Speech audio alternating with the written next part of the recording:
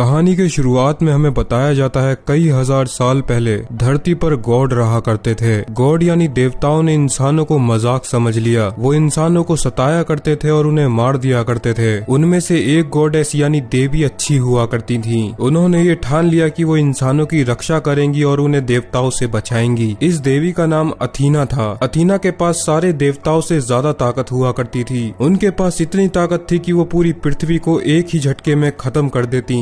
लेकिन उन्होंने अपनी शक्तियों से इंसानों की रक्षा करनी चुनी। उन्होंने कुछ इंसानों को अपनी कॉस्मिक पावर दी और उन्हें नाइट बना दिया। अथीना के बनाए हुए इन नाइट्स का काम था अथीना की रक्षा करना और साथ ही में इंसानों की रक्षा करना। अथीना के डर से सारे देवता पृथ्वी से चले गए और साथ ही में वहाँ से अथीना भी लौट गई। अब धरती की रक्षा करने के लिए अथीना के बनाए हुए नाइट्स वहाँ रह गए थे। लेकिन समय बीतता गया और इंसानों ने अथीना को भुला दिया। लेकिन अब कई हजार साल बाद अथीना का दोबारा से जन्म होता है। इस बार वो इंसानी बच्चे के रूप में जन्म लेती हैं। अथीना अपने इंसानी रूप में थी और वो आसमान से धरती की ओर गिर रही थी। तभी अथीना के बनाए हुए नाइट ने उसे पकड़ लिया। धरती पर गिरने की वजह से वो नाइट मर गया, लेकिन अथीना का इंसानी रूप बच गया। अब सीन शिफ्ट होता है और हमें दो भाई बहन को दिखाया जाता है, जिसमें से लड़के का नाम सिया होता है और उसकी बहन का नाम पैट्रिशिया था। सिया अपनी बहन के साथ लड़ाई की ट्रेनिंग कर रहा था। तभी वो अचानक से अपनी बहन के गले में पड़े हुए लॉकेट को टच कर देता है, जिसकी वजह से उस लॉकेट में से रोशनी निकलती है। पैट्रिशिया डर जाती है और वो सिया को लेकर घर पहुंच जाती है। लेकिन तभी पैट्रिशिया को बाहर से कुछ आवाजें आती हैं। वो अपने भाई को एक कवर्ड के पीछे छुपा देती है। फिर कुछ सोल्जर्स उनके घर के अंदर आते हैं और पैट्रिशिया को पकड़कर ले जाते हैं। लेकिन सिया ने उन सोल्जर्स को अपनी बहन को ले जाते हुए देख लिया था।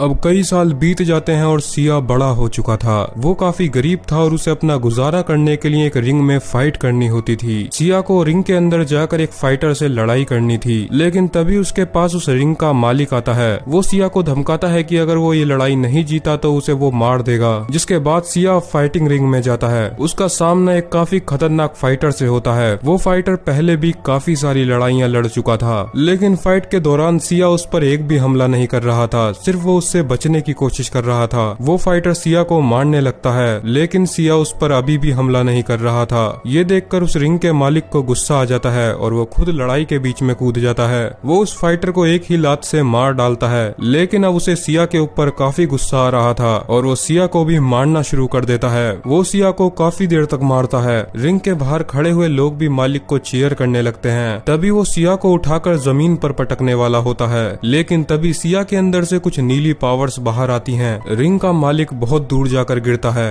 अब सिया उसके एक लात मारता है और वहाँ से भाग जाता है। सिया अब अपने रूम में जाकर वहाँ से अपना सारा सामान